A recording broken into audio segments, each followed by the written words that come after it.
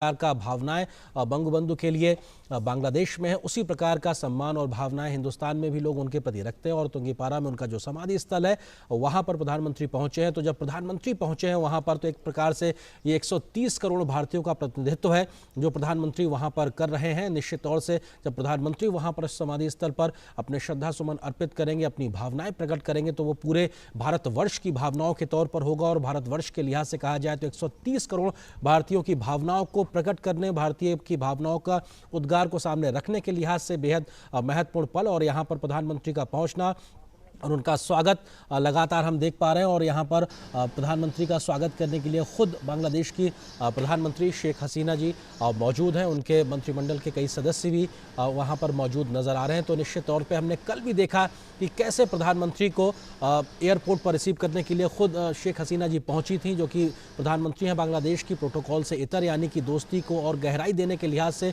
उनके इस जेस्चर को देखा गया। और आज भी अब जब प्रधानमंत्री बंगबंधु के यहाँ पे समाधि कॉम्प्लेक्स में पहुंचे हैं तो खुद प्रधानमंत्री शेख हसीना ने उनको यहां रिसीव किया। और ये रेड कारपेट ये बताता है कि कैसे भारत के प्रति बांग्लादेश में प्रधानमंत्री मोदी के प्रति एक आदर है, भारतीय लोगों के प्रति आदर है। और ये साफ तौर पे इस बात का दर्शाता है कि कैसे भारत और बांग्लादेश दोस्ती को आगे बढ़ाने के लिए मिलकर काम करने को तैयार है।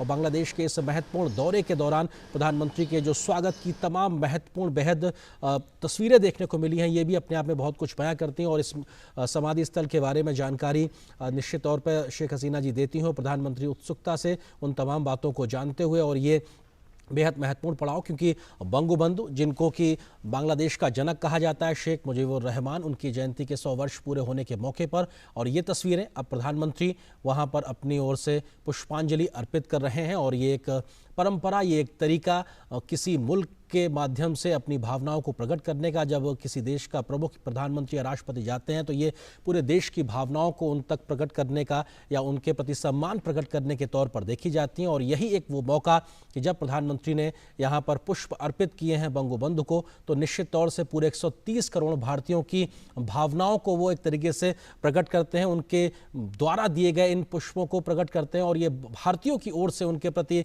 एक सम्मान है, श्रद्धा है। और ये तस्वीरें उसका परिचायक है जहां पर प्रधानमंत्री ने ये पुष्प अर्पित किए हैं। तो निश्चित तौर से बंगबंधु को लेकर जिस प्रकार का सम्मान बांग्लादेश में है, उनकी शख्सियत को लेकर जिस प्रकार से निसंदेह कोई वहां पे इस बात को नहीं कह सकता कि उनके प्रति किसी भी प्रकार का किसी के मन में कोई दूसरी भावना हो, तो वही भावना नजर आती है हिंदुस्तान में भी। और वो एक परिलक्षित हो रही है इन तस्वीरों के माध्यम से तब जबकि प्रधानमंत्री नरेंद्र मोदी पहुंचे हैं बंगबंधु के समाधि स्थल पर।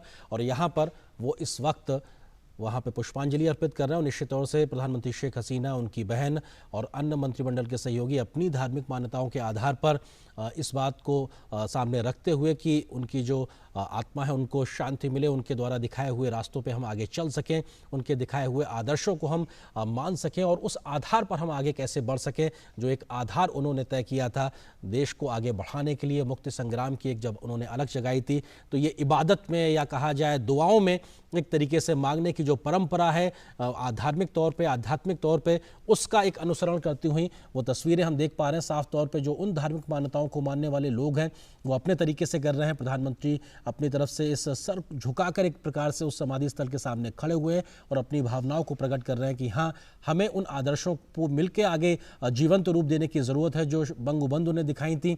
हमें उन आदर्शों को आगे ले जाने की ज़रूरत है जो हमें महात्मा गांधी ने दिखाई थी। और ये एक प्रकार से एक रिचुअल तरीके से कह सकते हैं या एक परंपरागत तरीके से कह सकते हैं, उन भावनाओं को प्रकट करने का ये एक मौका बेहद महत्वपूर्ण, क्योंकि ये एक जुड़ाव को प्रकट करता है। क्योंकि ये जुड़ाव सिर्फ दो देशों का नहीं, ये दो प्रधानमंत्रियों के बीच का जुड़ाव नहीं, बल्कि ये उन करोड़ों करोड़ों लोगों के बीच का जुड़ाव है। जो जुड़ाव ये बताता है कि आखिर कैसे हिंदुस्तान और बांग्लादेश एक दूसरे के साथ में जुड़े हुए हैं, रचे बसे हुए हैं।